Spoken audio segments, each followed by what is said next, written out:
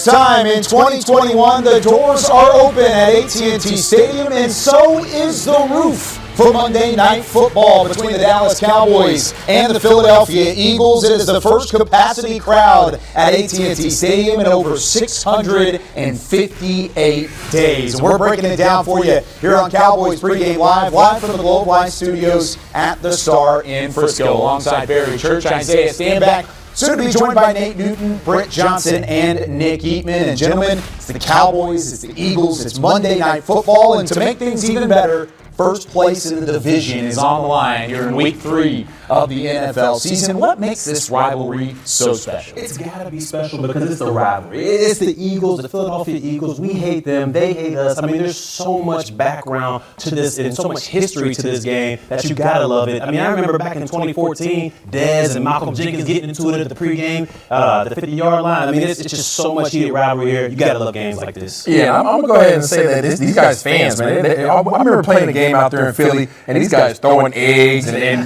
drinks and everything else at us. We despise the Eagles, and it is one of those kind of foundational rivalries that you need to have. And here it is, NFC East. It's go time. It is go time, and right around this point is where those butterflies start getting in your stomach. You know the nation's watching on ESPN tonight, and really it's a huge game because of the fact that first place is indeed on the line. Do you remember a rivalry like this that you played in between Dallas and Philadelphia where those butterflies were there at this time? Oh, without a doubt. I mean, every single time I stepped on the field against Philly, you know you were going to get their best. You knew you were going to get their best game in and game out, no matter what the record is. You throw the records out the window when it comes to this rivalry because these guys hate each other. And let's look. We got out there this week. We got Philadelphia coming in here. It's time to show them who really runs the East. Yeah, it was always a heightened sense of intensity whenever you played the Eagles. Whenever Philly was coming to town or you were going to play Philly, it didn't matter. You knew it was going to be a battle. You knew that you're going to have some bumps and bruises, and you know that there's going to be some adversity that you're going to have to play through. These guys are going to be bringing it every single play. This is playoff atmosphere in the third game of the year, and it's time to roll.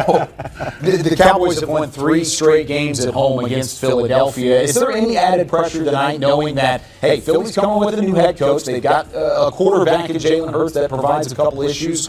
We'll talk about that specifically later on, but is there added pressure for the Cowboys tonight? I don't think anything historically has anything to do with this game, aside from just the fact that it's a rivalry. If there's anything this early on in the season, you know that there's still a lot of things that they have not displayed, have not shown yet in the game. So you're still kind of on, have your antennas up in terms of what they may be presenting to this game that you just haven't seen yet. Yeah, I think there's no added pressure when you're talking about this Cowboys team because I believe that they know they're the better team coming into this game, so all they have to do is take care of business. I think there is a buzz around that because of the results in the first 2 weeks of the season. Each team comes in at 1-1, but the Cowboys with a narrow loss to the Buccaneers in Week 1, and then, of course, the narrow win last week against the Los Angeles Chargers. Is there just a buzz because of the excitement around this game specifically, or is it just the fact that, hey, even despite some injuries, the Cowboys might be back? I think that's the big buzz about everything. That the Cowboys might really be back. I mean, look, like you just said, we went to Tampa Bay, played the champs all the way down to the wire. We went out there to a Chargers team who went out there this week and beat Kansas City, and we went and handled business that way. So I just think the buzz is more about this Cowboys team being back and having an identity rather than just this Eagles team coming in here for this rivalry. People are excited because the Cowboys are doggone good. Yes, sir. Right? And it's one of those things, we have guys that are healthy for the most part. Right? We have a healthy team. Predominantly, most of our team is healthy, and that is important. We have guys that are out because of COVID and because of some of the other things, but we have a good nucleus. Not only are we missing guys, but the guys that are behind them are stepping up and making plays. So as a fan, you're excited because guess what? We have potential. I was up here at the Star earlier this morning. I mean, right around 9:30, 10 a.m. There were already jerseys lining the streets and people excited for the game tonight. Let's go ahead and go out to AT&T Stadium in Arlington, where we're joined now by Nick Eatman. And Nick, the buzz is here in Frisco. I'm curious to see just how much higher that buzz has been in Arlington tonight. Well, there'll definitely be a bigger buzz here in a little bit because they got the white towels out. Any stadium that has white towels, they start flying right before kickoff. I always look back and go, man, this is going to be a problem for the other team. So that's what I'm thinking. That's what the buzz is going to be there with these white towels going right at kickoff. So it's definitely going to be an exciting time just to have the Cowboys, Dak, back in this building going up against the division rival. All right, Nick, this is Isaiah. Hey, man, first of all, you look good. You're suited and booted. I like what you did there. All right, but I want to ask you, do you foresee Dak taking more shots down the field? Because we haven't necessarily seen him test defenses yet in that regard. You know, I think, and I hate to sound boring, but this is exactly what Kellen Moore always says is, you know, it's going to be a pick your poison. He said, what did he say? Aggressively take what they give you. And if that's what they give them, then I think you'll start to see that a little bit more. Now, not having Michael Gallup here, that certainly helps with the deep ball. He's a guy that would stretch the field. It's not, I wouldn't say it's not Amari Cooper's game or even CD. I think they're just really good at working the inside, working the underneath, great route runners. But I promise you, if they keep pressing them like that and you keep it open, Dak will take his shot down the field. Hey, what's going on there, Nick? And the question I have, and I'm sure a lot of Cowboys Nation wants to know the same answer to this question, but where do we see that great rookie linebacker, Micah Parsons, lining up this afternoon? Will it be DN, mostly linebacker, a combination of both? Where do you see this happening? Combination of both. It's like going to the buffet line. A little bit of this, a little bit of that, and a lot of that. That's what I think he should be with Micah Parsons. He may even rush from the spy cam if they'll let him. I think that he needs to be playing linebacker, especially with Keanu Neal out in the nickel. But I want to see him rush the passer off the edge. I want to see the Eagles have some injuries on that offensive line, see what he can do there as well. You know, I told Kyle this earlier. I created a word. And this is my word for Micah Parsons, okay? I want him to attack Jalen Hurts. I want him to spy and attack. Don't just spy him like you're a Secret Service agent. I want you to spy him a little bit, and when it's time to attack, get him. Let's contact football database. We got to get that one locked down for Spatak as one of the official football terms moving forward. And Nick, you've got a trademark. It's all yours, my friend. Now, I do want to clarify something about the right tackle position, Lyle Collins. Do we know anything more about that situation? And he's unavailable tonight, but is there anything further? Well, I think the 5-game suspension is certainly going to hold, and there's a lot of talk about what happened. It could have been 2. Maybe they pressed the issue a little bit. A lot of reports there. He's going to be suspended for 5 games. That's not going to change. But what is going to change is tomorrow he is allowed to be at the Star. He will be able to return to the team. He can be in meetings. He can be with the strength and conditioning staff. He can meet with the trainers if he needs to. He won't be able to practice, won't be able to be on the field. But he is going to be able for these next 3 weeks to be back with the team, get himself ready to go. So when it is time to hit the field, he'll be ready. That's the great Nick Eatman from the sidelines at AT&T Stadium. Keep up the good work. We'll check in with you later. And, man, you were able to handle that spectacular questions about as good as anybody I've ever seen. Special thanks to Nick Eatman. And we just talked about Lyle Collins. And, of course, his presence is missed on that offensive line, but maybe not so much with the way that Terrence Steele played in Week 2 against the Los Angeles Chargers. Here's what he had to say this week about his performance and really what to expect from him moving forward.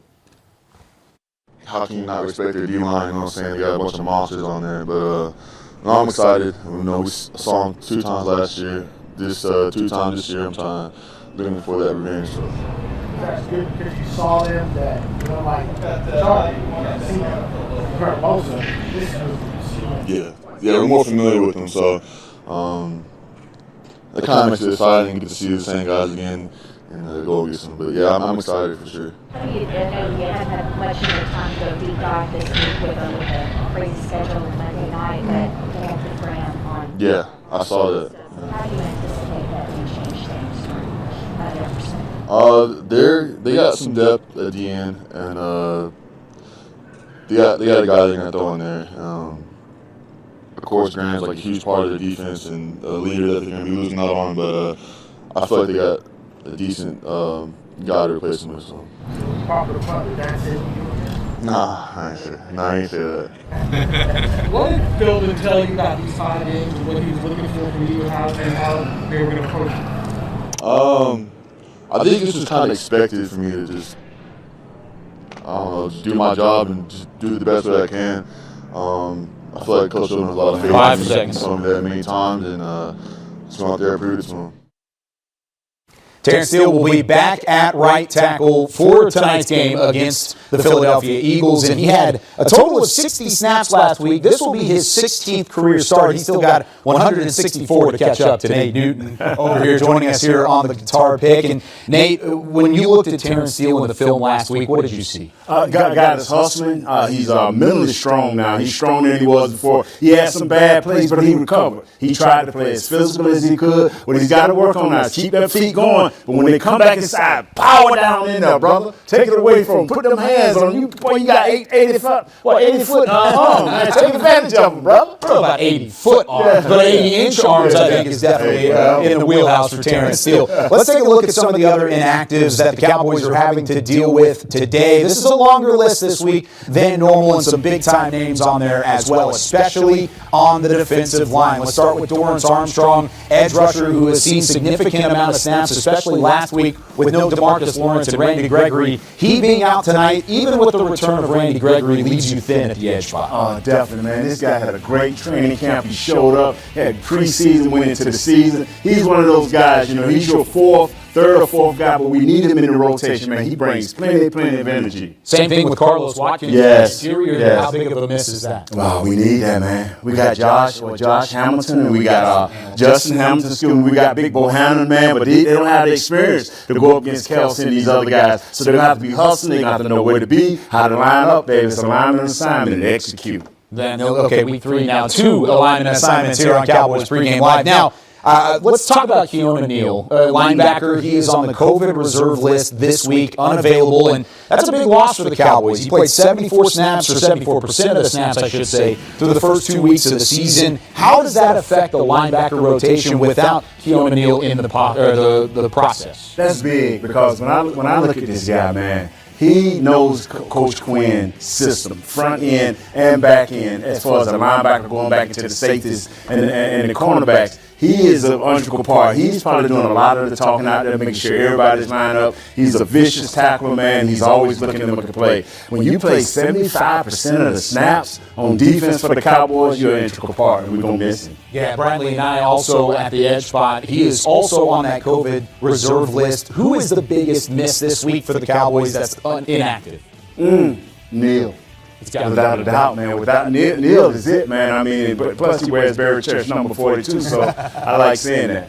Got to see 42 on the field a little bit more. We love it for our very own Barry Church. And how does Dan Quinn feel about how his defense looks at the first 2 weeks of the year? At the moment, it looks like a turnaround. What did you think of DeMonte Casey? Just mainly the interception. I can see the forced fumble a week ago, but the key interception. You've been around him a lot. Certain players like him just have kind of a knack for those type of plays. I would say that's true, and I think that goes in the evaluation process on somebody.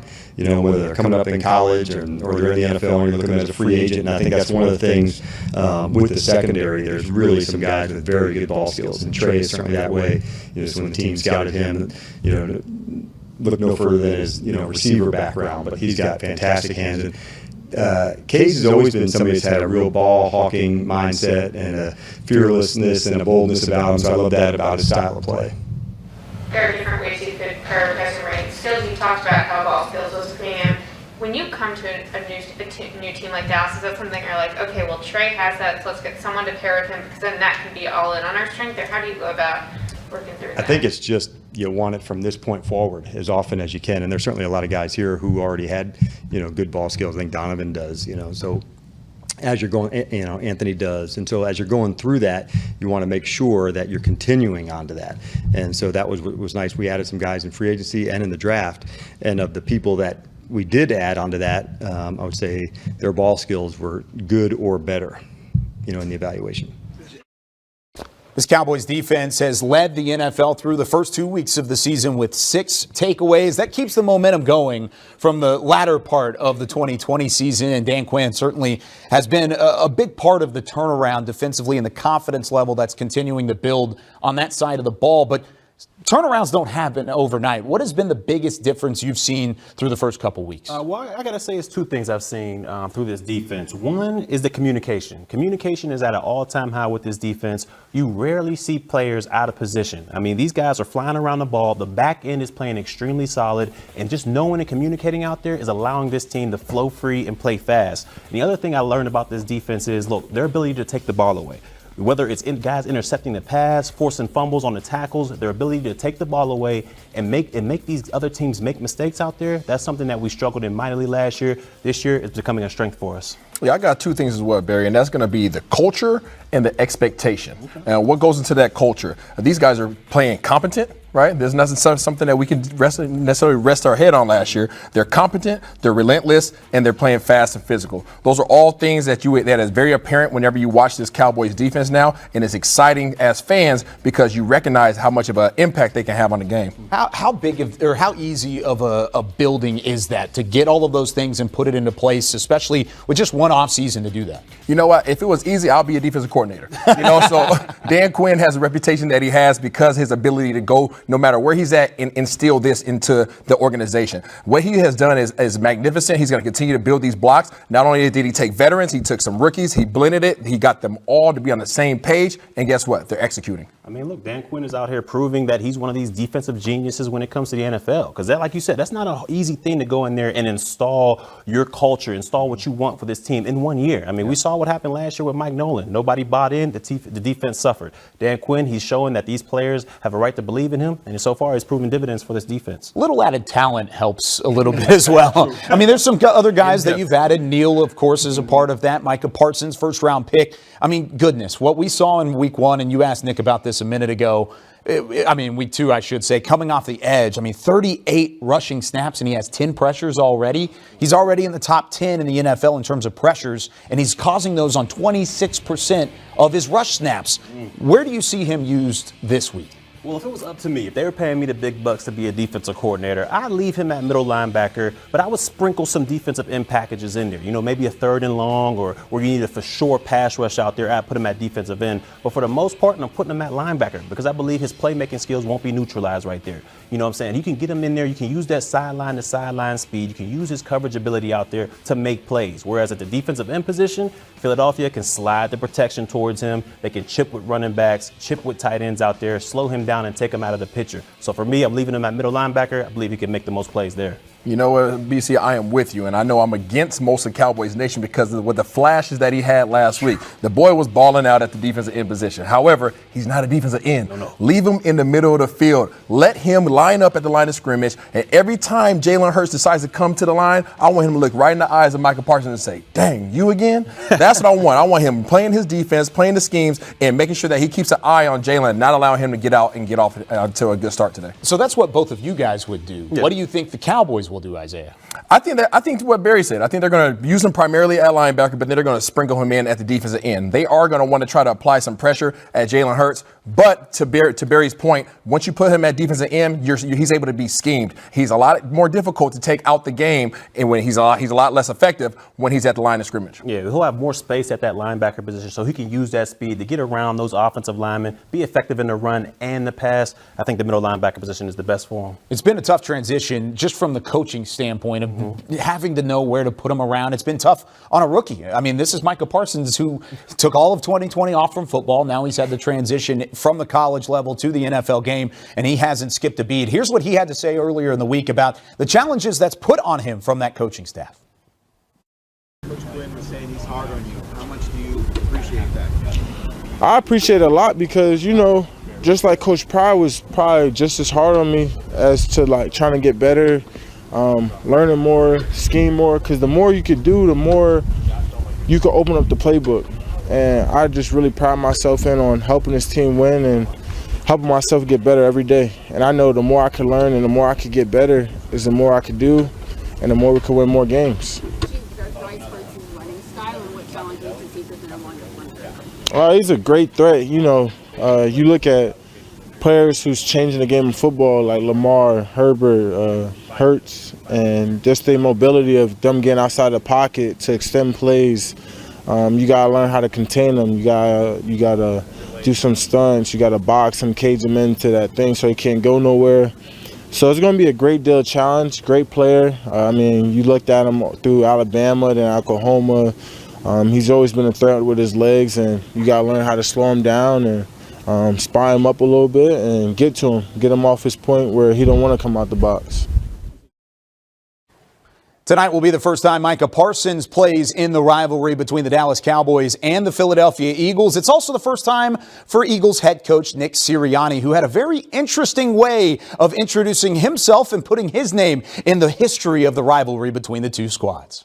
About this rivalry, how much do you know about it? You have the shirt on there. How familiar are you with it? I just know how heated the rivalry is, and that it's the rivalry that feels to me like, since I've been in the NFL for the past 14 years, like this is the one that feels most like the college rivalries and that's pretty special. I mean, those are always games in college that are legendary games. They play those clips from around, if you're thinking Ole Miss, Mississippi, they play those clips over and over and over again. And it's the same thing here. Like, you make plays in this game, they're going to be shown for a long time. So know how much this rivalry means. Seen so many plays from this game, the highlights of the Cowboys or the highlights from the Eagles being played a bunch as I grew up as well.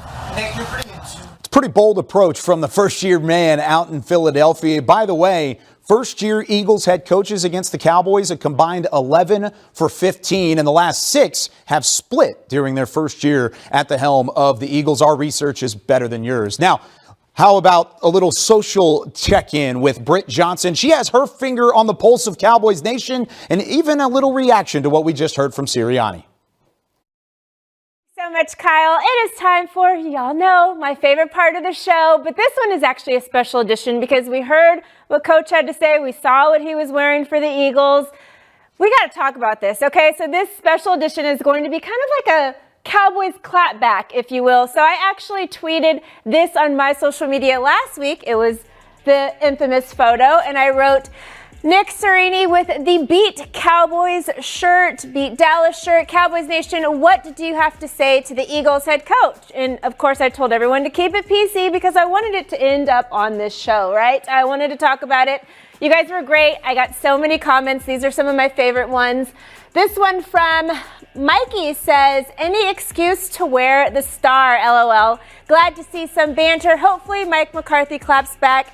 He won't, and yes, he was correct in that. He did not clap back. He said, we're going to worry about us, and that's about it. This next one from J-Rod said, it would be weird if they didn't want to beat us. Yes, but I think it's even weirder that you wear a logo on your shirt. Just saying. This next one here, look like Dak in his pregame interviews with his getup. With the gray he's wearing, we know where his heart is. Yeah, that did look like a Cowboys gray more than like an Eagles color, right? I don't know. This next one, Eagles are always more interested in the Cowboys than they are in their own team. Yes, I think this is true. Let me know what you guys think on that one. But good one here, Mr. McCarthy lookalike. I don't know. I got to look at a better picture of you to see if you look like Coach. And this final one here, it's a big brother, little brother relationship. The t-shirt proves exactly who the Eagles are in the family dynamic. Big brothers don't give the rivalry any attention. They just go out there and dominate and make sure the little brother knows his place the entire game. Well, I'm sure our Dallas Cowboys are looking to let them know who's number one in this NFC East race here. Thank you guys so much for checking out our Cowboys clapback this week. Back to you, Kyle. I like that. Cowboys clapback. Have you ever used the term clapback in any sentence ever? No, I haven't, man, but I guess that's the new thing. I'm an old head, so I'm clapping back. All right. Nate Newton's even in on the trend. Thank you very much, Britt Johnson. And Nate, when you look at this offensive line for the Cowboys, it is going to be a tough task, even with the Eagles and a couple of injuries up front on their defensive line, including Brandon Graham, who's an all-pro in his own right. How does this Cowboys offensive line stack up in the matchup tonight? It's just about what Coach Kellen Moore calls, man, how he do things. If we can keep Fletcher Cox over Zach Martin, that would be the perfect fit. And then that would give us a chance to double team Javon Hargraves on the backside. And then I think Steele could do okay against Ryan Carrick as long as he take care of the inside power move, and he should be all right against Josh Sweat. So I think we match up real well. Is what where we can really make hay at is on that left side running that ball with Tyron Smith. Yeah, you look at the way that Smith and Yes. Martin are playing, and Yes. even without La'el Collins, there was a lot of success last week. The Cowboys currently have the second highest run blocking grade according to Pro Football Focus in the NFL. So running the football has certainly been an easy task through the first couple of weeks. Do you expect that to continue tonight? Oh, yeah, definitely. I mean, they can't stop our receivers. So, if we just get that ball going and get him with some play action pass, everything will be all right. With the emergence of the young running back number 20, things looking up, man. Zeke, he got to hold his own. He's that hammer, man. But the other guy, Tony, hey, let's go. It's always going to be a battle when these two offensive and defensive lines match up together in the trenches. By the way, just from your days of playing, who was the toughest Eagle you ever faced? Jerome Brown. I would like to say Reggie White, the great Hall of Famer, but Jerome Brown was that was my kryptonite, brother. I feared that dude. He was awesome. Did you clap back at him a couple times? No. I told him, man, just don't hit Troy, and everything will be all right. And you're feeling pretty good. Yeah, man. Yeah. Wow. One of the guys who has been doing a good job of not hitting Dak or not letting Dak get hit is Zach Martin. Here's what he had to say about the matchup that is on his plate tonight. Yeah, definitely. I think, with Schwartz was there for 5 or 6 years, and it was kind of every down they were lined up in the same thing. So we've seen some different things on tape this first 2 weeks. I would say they're playing similar, but their structure is a little different. And what is Gray doing? That's big. Obviously, they've put a lot of picks and money into their D-line, and they've got every year we say it, they got a great defensive line, and they really hang their hats there. Obviously, it's a big loss for them, but you put on the tape, and they got another guy that just rolls right in who can rush the passer and play the run. So it's going to be a huge test for us up front, and we're looking forward to it. Maybe it's not the right word, but how much you would enjoy going against Fletcher Cox? Yeah, I mean, I got a ton of respect for the guy. I think he does it the right way. I think he's played at an extremely high level for a long time, and we always seem to have a good matchup, year in and year out. So should be another one Monday. Zach Martin getting ready to face a stout Eagles defensive line, and the Cowboys warming up at the moment here at AT&T Stadium. There's a couple looks in the background. Ezekiel Elliott getting a couple carries as he needs a big day for the Cowboys to continue their success, or maybe Tony Pollard has another big day overall. Let's go ahead and head back to Isaiah and Barry. They're once again not in studio. They're back outside and teaching us a little bit about the defensive presence of containing one Jalen Hurts. What's up, y'all? We are back out here on Tostitos Plaza, and we are talking Eagles versus Cowboys. Big question of the night: how do you stop Jalen Hurts? Let's go through a couple different scenarios. Jalen Hurts is one of the #1 threats on this team, and we're going to walk through a couple things in terms of show you guys what to do and what not to do against this particular Philadelphia offense. I'm going to be playing the role of Jalen Hurts. I'll be Jordan Lewis coming off the edge. Let's take you guys through a couple scenarios. All right, so right off the bat, I can tell you guys Jalen Hurts wants to be in the gun. All right, he wants to be 5 yards back away from the line of scrimmage so that not only does he have space from the defense and guys like that right there, but he also has a room to survey the entire field. All right, one of the things that teams try to do to add pressure onto Hurts is heat him up from the outside. However, I can tell you, as being a former running style quarterback, that is one of the worst things you could do if you take bad angles. We're gonna take you guys through a scenario right here on what not to do against Jalen Hurts. So, boom, I'm gonna snap the ball. Get it? He's going to his drop. You see here, Barry's coming to his inside shoulder, right? He's coming to his near side. All Jalen Hurts is going to do is use his spider senses, put that little move on him, get on the outside, and now he has all the space that he wants to operate. He's going to look to go down the field with a couple of his big weapons. He has his weapons in Smith, okay? He has a couple other guys out there that can make some plays as well downfield. One of the fastest receiving corps in the league. He also has some legs that he can utilize as well to pick up easy first downs. So do not do what Barry just did. Don't take his inside shoulder. But Barry, how about you show them what to do against Jalen? All right, so this is what you got to do against a dual threat guy, a speed guy, an athletic guy like a Jalen Hurts. Now, we just talked about the bad angle to take when you're at the nickel position. When you go in there, you got to make sure you attack his upfield shoulder. Force him back into the pocket. You got plenty of help in there. You got D linemen, you got D ends, defensive tackles, linebackers, all in the center. So you got to go to his upfield shoulder and force him to go up and climb into the pocket. So as I'm blitzing, I'm Jordan Lewis, I'm coming, bad intentions on my mind. What does I do? I attack the upfield shoulder. If you're able to do that, force him to get up into the pocket. You may miss. And if you do, you still got your company around you to keep this guy bottled up. We got to make sure we keep him in the pocket as a pocket quarterback. We do not want this guy to be a dual threat. He could become a problem if that's the case. So now you guys have seen what to do, what not to do. Let's see what our boys are going to do tonight. Back to y'all in the studio. Jalen Hurts, one of 3 quarterbacks in NFL history with 400-plus rushing yards in their first 6 starts, along with Lamar Jackson and Tim Tebow. He can both utilize his arm and his leg. He actually, at the moment, has a better passing rating than Dak Prescott entering Week 3, so he can throw it pretty well at the same time. I will say, if our defenders are blitzing Jalen Hurts, much like Barry Church was blitzing Jalen Hurts or blitzing Isaiah, we might be in a little bit of trouble. But when you look at Jalen Hurts, what kind of challenge does he present from a quarterback standpoint? Get to him early.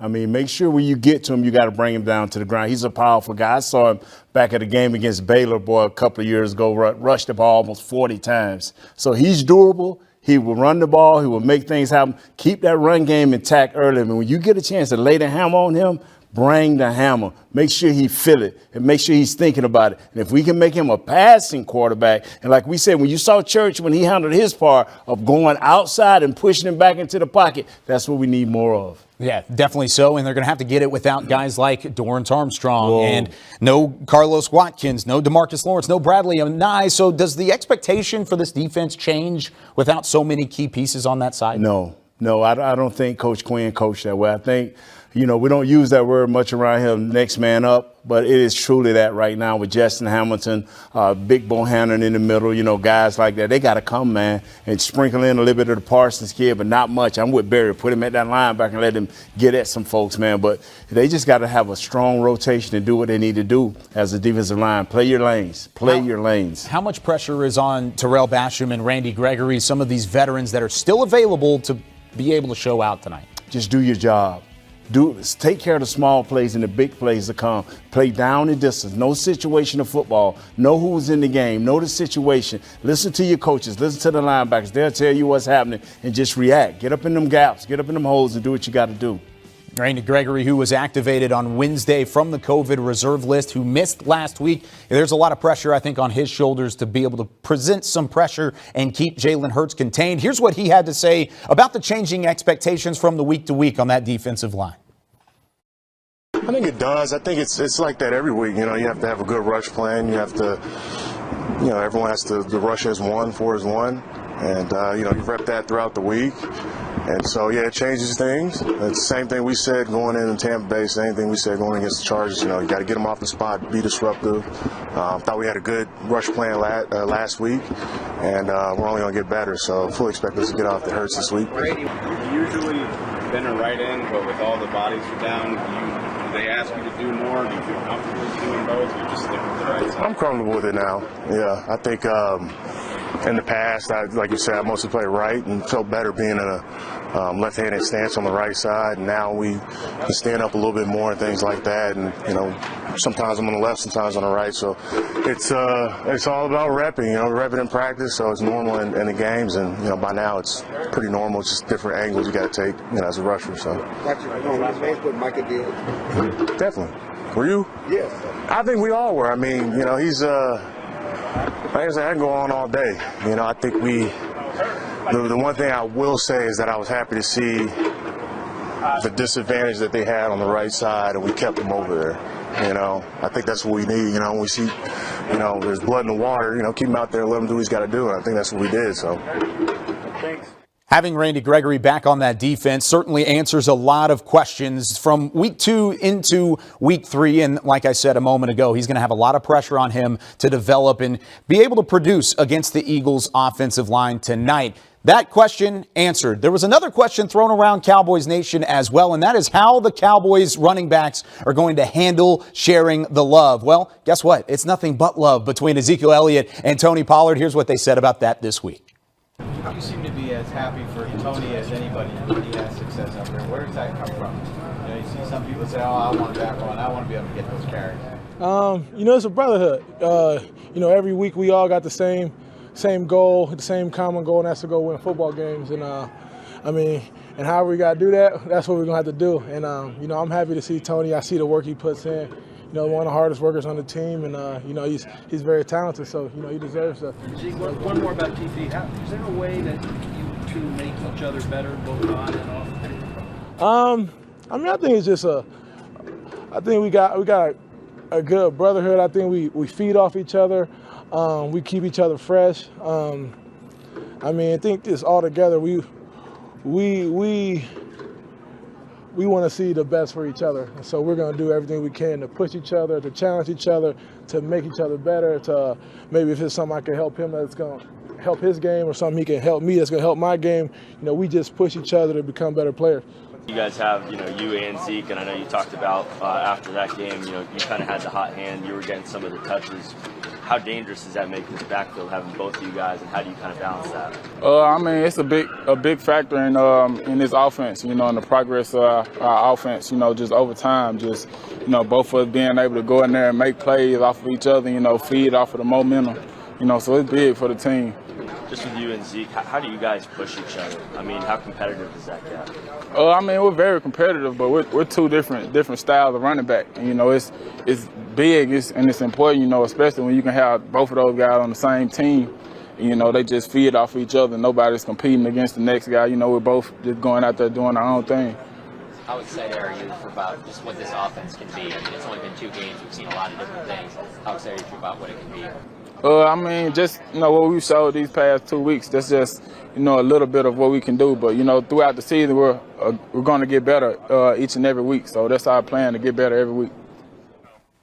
So you heard it there first. There is no conflict between the running back room for the Dallas Cowboys, and both tailbacks had success in week 2, but it was Tony Pollard who ultimately stole the show with his 109 yards. They've each had a touchdown. So the question is there going to be a shift in the thinking when it comes to the 2 running backs? There seems to be an understanding. There's 2 different styles there. But, Isaiah, when you go into week 3, do you see Tony Pollard maybe taking some more touches? I think Tony Pollard hit it right on the head. This is complementary ball. This is exactly what you want when you have a 2-headed monster. Listen up, just because you get a big fat paycheck doesn't mean that you're supposed to be a jack of all trades. Ezekiel Elliott is a power back. He has learned how to be shifty in this offseason, but guess what? He likes to run people over. He gets downhill. He always falls forward. Pollard, on the other hand, is a guy that's shifty. He can catch the ball at the backfield. You can throw screens to him. So they have different strengths. I don't care what type of athlete you are. Everybody has something that they do well and something that they need somebody else to compliment them on. These guys are brothers. They're playing well together, and these guys are providing a lot of versatility to this offense. It's whatever this offense needs. I mean, at this time, Kellen Moore is mature and he sees what he needs. It was all about matchups. Yep. Pollard had the better matchups last week, and he took advantage of it. Sometimes it's going to come to we need to close out a game, or we need a third down, or we need a big blitz block. And that's where Zeke fit in. But believe me, Zeke got some juice left. Mm-hmm. He's just waiting to make it happen. He's going to have to show that again tonight. And I think you'll see a lot of both guys getting their carries whenever tonight comes around, because once again, you mentioned complementary football.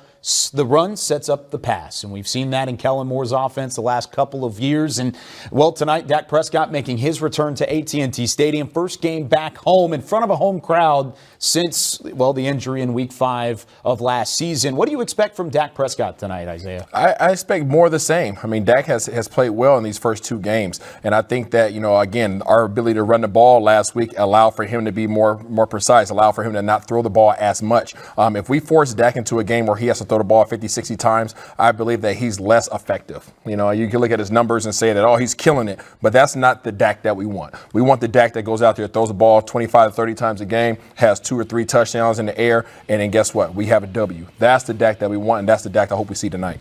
A lot of people say, a bus driver, whatever. I call it a mechanic, man. He goes in there and fix whatever needed during the game. If he need to run, he'll run. If he need to pass, he'll pass. But one thing he's going to do is get the ball to his weapons on the outside. He's going to make sure the matchups are right in the backfield. He's going to get the ball out of his hand to help his right tackle. Dak is a mechanic. He does the thing in a big way. I like that. The mechanic instead of a manager. I mean, is he the Ferrari, the keys to it? I don't know. What are we trying to figure out with Dak Prescott? But ultimately, his dominance has been undeniable in the NFC East. You saw the numbers there a couple moments ago. I mean, ultimately, he has been the factor for the Cowboys whenever you go up against a divisional opponent. Do you expect him to embrace that moment again tonight back in front of the home crowd? Oh, he's going to be live. He's going to be all the way live. Dak's going to be excited. He's going to want to take some shots down the field because he wants to get the crowd into it. But expect him to play well tonight. I tell you what, man, I just wish we could see a little film where he, dance popping the hips, man. Hey, this kid told us at the beginning of the year, it ain't a mental thing with him. It's just about getting back in the rhythm with the physical. And I believe it. He showed me through the first 2 games that it ain't mental with him. He'll do what's necessary to make it happen. And lucky for Dak Prescott, Amari Cooper is active tonight, despite having to deal with a little bit of a rib issue the last couple of weeks. Mike McCarthy said that it had been lingering for Amari, but here's what he had to say about the reason and the motivation why he is on the field in Week 3. I mean, because it depends on what you play for. Like me, I play to be the best. Like I want to be the best, and to be the best, you have to play all the games. You know what I'm saying? If you can, because you got to put up those numbers.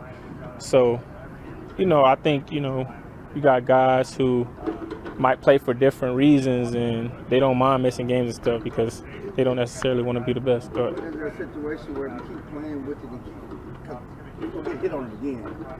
It'll never heal? See, that's the thing about football. Like you play once a week, which is tremendous for us. Like the how much you can heal in 7 days is I guess like the healing process is great over that amount of time. And so like it's not like basketball where you can play today and have another game in 2 days. So if I hurt it in the game, you know what I mean? So I don't worry about like if I can hurt it again in the game because it's just like, I can hurt it badly in the game, but I know I got 7 days to, to heal. Yeah, but I don't need to be 100%. Like, you know what I'm saying? I can manage it. You know what I'm saying? It will be a battle between Amari Cooper and Darius Slay, one of the best cornerbacks in the NFL and especially throughout the NFC East. I mean, there's probably an argument that he is the best divisional corner that the Cowboys will face this year. Amari Cooper still banged up with the bruised ribs is the official term from it. It might be a little bit more severe than that. Is his injury going to be a factor, and is it going to linger into Week 3? I think it might be a factor in his personal play. Like, it might be hard for him to go out there and run routes, block, especially reach up and catch the ball from a Dak Prescott. But overall, with this offense, I don't think it will affect it that much. I mean, we have so many options on the outside when we have CeeDee Lamb. I'll even throw Noah Brown in there, Ced Wilson, Schultz, Jarwin. Those guys combined with the thunder and lightning of Tony Pollard and Ezekiel Elliott, I think we'll be just fine. Let's get Amari Cooper healthy, and we'll see him next week. Yeah, I think this might be one of the few times that Barry and I actually disagree. Okay. And I think that Amari Cooper's game will be altered tonight based upon his health. Okay. I think that you will not see him do anything across the middle just because of the fact that there's a high risk. There's a high probability that he's going to take a shot. There's a high probability that he can get re-injured or make the injury worse. So I think that what you will see him do is a lot of outbreaking routes, a lot of things to the sideline, and he'll have his shots down the field, but they will be one-on-one coverage. There won't be anything in zone. If that is the case, does that open up the door for a guy like CeeDee Lamb to have a big day underneath the defense and then over the middle of the field? I project CeeDee going over 100 tonight. Wow. I think he's going over 100 tonight. I think Wilson and Noah Brown, I think, are going to have a huge impact on tonight's game as well. Cooper will be out there because he's a threat. They have to identify them. They have to recognize him and respect him for being on the field, but he will not be the difference maker tonight. Do you think the secondary will flow more towards Cooper, or they'll let CeeDee Lamb go off like that? You still have to respect Cooper. Okay. Cooper can still run by you, and especially with these guys liking to run single high safety, right? Whether it's a cover 3 or whether it's cover 1, you know more well than anybody that's pretty much man coverage either way you want to go. So if they allow Coop to run by them, guess what? He's going to take that big play. But I think they're still going to have to shade things his way and respect him. I know it's last minute, but if you're at home, you heard it here first. Go put in your bets about CeeDee Lamb going over 100 yards. I mean, he's going to have a big night, especially if the defense of the Eagles does respect Cooper, and they certainly do. He's had a couple big-time games against them in the past. Now, from a standpoint of the Cowboys wide receivers and then moving into the defense for this Philadelphia team, I mean, the Cowboys defense against the Philadelphia wide receivers, they've got some weapons on their own right. Take a look at the 40 times from the Eagles wide receivers. Look at this, 4-5, 4-5, 4-4, 4-5, 4-4 again. Dallas Goedert, he's a tight end, and he's still running a 4-6. I mean, that's pretty impressive across the board. And even Jalen Reagor, a 4-4-7. He was expected to run in the low 4-3s throughout his time. How does this Cowboys defense stand up to the speed of the Eagles offense? Well, one thing, I mean, the only guy on that list I would have beat was probably Goddard. I mean, that's the only guy I would have been able to beat on that one. But overall, I'm doing the same thing the San Francisco 49ers were able to do, and that's beat these guys up at the line of scrimmage. I mean, look, speed kills only when you let it get going. So if I'm this secondary, we've got to beat these guys up at the line of scrimmage. Throw off that timing, throw off that chemistry between Hurts and his receivers. It'll frustrate them a little bit. We might get them to throw us one of those things, but look, we got to beat these guys up before they get going down the field. Yeah, absolutely. These boys have Sonic and Tailspin on the outside, so you want to make sure that you don't allow them to get beyond your secondary. But let's play ahead and play that old school bend but don't break defense. Reason being, the only way that the Eagles hurt you is if you allow these guys to have time, or B, get out the pocket and throw the ball over your head. So let's make sure we keep everything in front of us. I don't think that they have the confidence nor the patience to go ahead and work the field all the way down the field, make first downs. I think they want to take big shots. When they do, let's make them pay. It's not just the wide receivers either that present a challenge for this Cowboys defense. It's the tight ends as well. Look at Dallas Goedert, Zach Ertz, who was activated from the COVID reserve list, did not miss any time, and he is active tonight. It'll be both of these guys in a 1-2 punch that has been scary for quite some time. But Barry, I mean, even before the show, you were saying maybe not so much these days. Maybe not so much. I mean, we know what Zach Ertz was able to do in the past against the Cowboys, but he's getting a little bit older out there. And Goddard, he's coming into his own a little bit as this tight end number 1. But I believe, especially if we keep Parsons at that linebacker, I believe he matches up well with these tight ends and man-to-man. Also, a guy that, kind of went under the radar is Jaron Kearse out there. He's been great in man-to-man coverage against tight ends. We saw what he was able to do against Cook last week against the Chargers. So I'm not really concerned about these tight ends. We got to slow down the speed of these receivers first. Yeah, I think to your point, if you get to these guys and actually crowd the line of scrimmage a little bit, get your hands on them at the line. I don't think Ertz is what he used to be, to your point, but still respect him. Don't disrespect him. He shows up in the red zone. So get your hands on these guys at the line. Don't allow for them to get by you. They're not faster than our linebackers. So let's make sure that we keep our hand in their hip pocket and go wherever they go. One of the things that stuck out in the win over the Chargers was the way that the Cowboys defense was able to combat guys like Jared Cook, which is a huge turnaround from week 1 when Rob Gronkowski had a couple of touchdown catches. So it's gone both ways for the Cowboys defense when facing those tight ends. We'll see what they do tonight. Let's go back to Britt Johnson, who's across the studio, and let's hear from Nate Newton about this rivalry from the eyes of a legend. Thank you, Kyle. I am here with Cowboys legend Nate Newton, who won 3 Super Bowls with the Cowboys in the early 90s. Now, I actually learned a fun fact this week about the NFC East. Yes, we are all huge rivals with each other, but we're actually the only conference in the league that has all 4 teams have won a Super Bowl and been to multiple Super Bowls. So this rivalry just keeps getting more and more intense. Earlier, we saw what the coach of the Eagles had to say, wore his Beat Dallas shirt. Was that the biggest rivalry back when you played with the Eagles? Yeah, because most of those Super Bowls was won back in my day, okay? Right. I mean, the Eagles got one, but they lucked up on that. Rocket's still their hero. But the Eagles fans make them the number 1 foe. We don't like y'all. We don't deal with y'all. And your coach going to get a beat down for that shirt. You heard it live right here. Yeah, heard it live. Okay, well, let's talk about beatdowns a little bit because there are going to be some key matchups in this game. Can you tell us some of your favorites? Yes, a lot of people worried about Zach Martin and Fletcher Cox. That ain't the deal. The deal is our left guard, Connor Williams versus Javon Hargrove. That thing going to be banging. We're going to need a little help from you, Tyler Biadasz. We're going to need you to step over there and give us a hand every now and then. And then Steele is still out there at right tackle. And he's got to go against Ryan Kerrigan, and he's going to see a little bit of Sweat. He's a young guy, Josh Sweat is his name, number 94. Keep your eye on him. Ryan Kerrigan has always been a thorn in our side. We got to get that thorn out of our side. Still, this is your game, man. Back to back. Bosa 1 week, Ryan Kerrigan this week. Let's do what we got to do, my friend. Right. Well, like Nate Newton said and Drake said, we're going back to back. Thank you guys so much for checking out this segment. Back to you guys. Never a dull moment between Nate Newton and Britt Johnson, of course. And then you also look at never a dull moment with the Dallas Cowboys and the Philadelphia Eagles. Let's go back out to AT&T Stadium where our very own Nick Eatman is now joined by Cowboys COO Stephen Jones. Thank you, Kyle. And I'm here with Stephen Jones, Cowboys Chief Operating Officer. And, boy, it's getting that time. It's Monday Night Football. You can feel it. We still got almost, half an hour to go. But you can feel it. The energy's here. Well, it's Cowboys-Eagle on top of the fact that this build-up's been unreal. It's been over a year since these Cowboy fans have really been able to fill this place up and be the old AT&T like we think about it. And I think they're ready to be here. Our players are so fired up with the energy level, and they're going to be ready to roll. And like I said, it's going to be a typical Cowboys-Eagles matchup. Throw everything out the window. It's going to be a ball game. Jalen Hurts and the way he's playing with them, and he's just such a winner he just kind of can carry a team on his back. Does he remind you a lot of the way Dak was even early on when he was here as a rookie first year? Well, he's won a lot of football games, no question. He has that it factor. I think Dan's going to have a good game plan for him tonight because he is so versatile. He can beat you with his feet. He can beat you throwing the football. So there's certainly going to be some challenges with him, but I do think we'll have a good plan for him. And, we've got to go out there and play good defense. And then, of course, offensively, we always feel good about moving the football. They've got a really good defense out there, but as we showed in the first week, we can move it throwing it, and the second week we had a hell of a ground game, so we'll just see what they give us, and I know between Kellen and Dak and Mike, they'll adjust accordingly. Before I ask you about that rookie pass rusher, I'm going to ask you about another one that you drafted in the third round, Chauncey Golston. Are you excited about what he can do in this game? Absolutely. It's going to be great to see him get his first action tonight.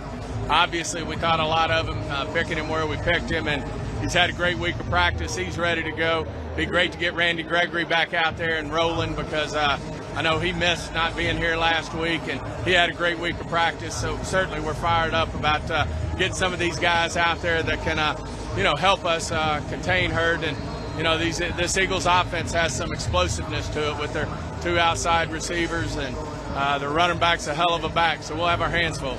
Well, I think the Eagles coaches are here. They're not listening, so you can just tell us. Where's Micah going to play tonight? Can you tell us? Can't tell that ever. So how about everywhere? Great to have a tool, and that's probably the best answer because he can do it all. Yeah. I mean, he can drop in coverage and make plays on the ball.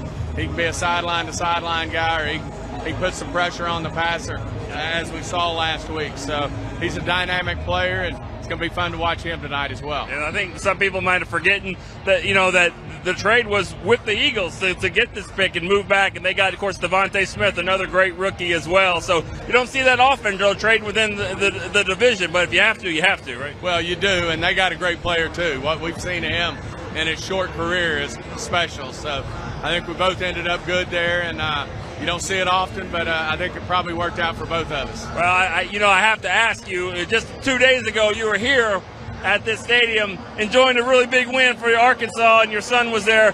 Could this just be the cherry on the top?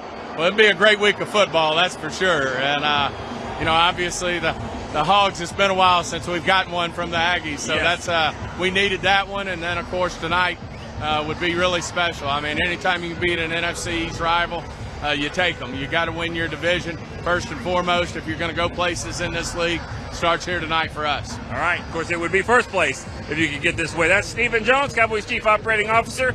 Kyle, we'll throw it back to you guys. Just a couple of Hogs calling them on the way after a big win this weekend at AT&T Stadium, and they're looking for another win tonight with the Dallas Cowboys. Whole crew here, Barry Church, Isaiah Stanback, our guy Nate Newton, I'm Kyle Yeomans, wrapping things up here on Cowboys Pregame Live. But first, we heard from Nick Sirianni in an interesting take earlier in the week on the Cowboys in Philadelphia rivalry. Here's an interesting take from John Fossil and some of the mistakes that happened in week 2 on special teams. The thought process was, I think Cowboys fans aren't the play it safe type, so I was going to give them what they wanted, come after their ass on punt rush. So I hope they're happy with it because we came after them. It's kind of the mindset going into the game that we're gonna come after this football, and you can sure debate everything, but I'm still not so sure that we actually roughed them. You're exactly right, John. We can debate everything, and we're going to do so here. Looking at the special teams again this week, I mean, there's going to be times in the game where it could either win you the game or it could lose you the game. Last week, luckily, the Cowboys came out on top, and it was a special teams play. It was the 56-yard field goal that won it for the Cowboys. But is the multiplying special teams mistake a worry for this team? I'm slightly concerned a little bit because this isn't the first mistake that's been made on special teams. I mean, we've gone back to last year where we did a couple fake punts here and there on 4th and 1s and fake passes on special teams as well. So I'm slightly concerned. I know Gregory came through for us last week, but that could have been a terrible, terrible mistake going after that block punt instead of setting up the offense with good field position. So I got to say, on a scale of 1 to 10, I'm about a 6.5 with this when it comes to this special teams. Well, I can tell you as a former former special teams core member. I'm not worried. I'm not worried, man. I like the aggressiveness. I like these guys coming after the ball and putting pressure on the punt teams, whatever it may be, right? Whatever the special teams is, I like the fact that these guys are coming after it. Now, that's Fossil's job. We brought him in to be that guy. Yeah. We didn't bring him in just to be a guy that says, hey, go out there and hold guys up. No, we want you to go out there and be impactful with your play calling now. The one person who has to make better decisions now is Mike McCarthy. He's the head coach. He's the one that has to say yay or nay to everything that comes through his headset. He is the head honcho. What do you want to do whenever the play comes to you? You know, I haven't just met a special team coach yet that, you know, when they get an interview, they get up there and they say something right. I mean, he was he acted like me. He just didn't say nothing right, okay? All right? We need success, man. We need success, coach. And I'm with you. You was my first-round pick. I thought you was the greatest pick when they brought Coach McCarthy in, but oh my God, man! Come on. I'm with you, Nate. Yeah. If there's anything that Nate Newton is known for, it is self-awareness. And he said, "Hey, you're just like me up there, saying the wrong things." No, the thing about John Fossil is that he is so open about his process, and that's the thing that he did this week in the press conference, saying that, "Hey, I was aggressive. I wanted to get after him." They're going to try and do the same thing again this week against Philadelphia. Cowboys-Eagles 7:15 kickoff. What's your keys to the game, Barry? Keys to the game is we gotta keep Hurts bottled up. We got, as my boy Isaiah says, saran wrap. We got to keep this guy wrapped up. We can't let him do what he does best, and that's become a dual threat quarterback. Once he gets out of that pocket and starts to extend in plays, he has receivers out there with tremendous speed, as we talked about earlier. As this guy gets out of the pocket, extends the play, I don't care what corner you have out there, you can't guard for that long. We got to make sure we keep this guy bottled up, saran wrap him up. Wrap him up. All right, I like it. I want to test the maturity and the patience of this Philadelphia offense. I believe that if we can keep these guys having to continue to get first downs, have to continue to get 5 yards here, 3 yards there, I think eventually they get impatient. I don't think they have enough savvy vets to say, guess what? Let's just work our way down the field. They want to take the big shots. When they take those big shots, we got to make them pay. Like my boy BC says, tips and overthrows, got to get those. Yeah, but we are mature enough as an offensive line. We got guys that still is our young guy, but everywhere else we playing pretty strong. We got to control their front, man. We got Fletcher Cox, we got Hargrave, we got Ryan Carrington, we got Sweat. We got a host of guys that are athletic, big, can get off on the rock, man. We have to keep them we have to keep in third and short, you know, and so first and second down will be big. We are mature enough to do that, though. Cowboys have dominated the Eagles at home over the last couple of years. They've won 3 straight, looking for 4 straight tonight. Once again, 7:15 Central Time kickoff. It's the Cowboys and the Eagles. The rivalry renewed in the home opener at AT&T Stadium. That's going to do it for us. For Nate, Isaiah, Barry, Britt, and Nick, I'm Kyle Yeomans. Enjoy the game, everybody. We'll see you afterwards.